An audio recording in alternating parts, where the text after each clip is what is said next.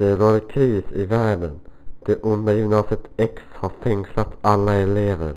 John Bauer har beslutat att skicka ut deras 2 bästa agenter för att rädda eleverna.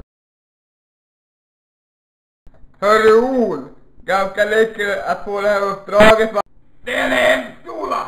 Jag var nära att hamna där en gång i tiden. Hur kom du därifrån då? Jag sket i skolan. För jag inte visste vad jag ville jobba på. Och därför hamnade jag där. Vad hände då? Jag upptäckte att det fanns en skola i namn John Bauer. Där det finns många roliga linjer. Unga kompetenta lärare.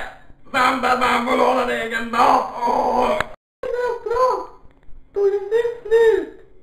Nu var det brått att få eleverna ut. Springa mot fjärran land. Tyst flicka på Olshamn. Kolla! Tillbaka elever! Agenterna springer så snabbt de kan. Men rektorn ändå före de hann.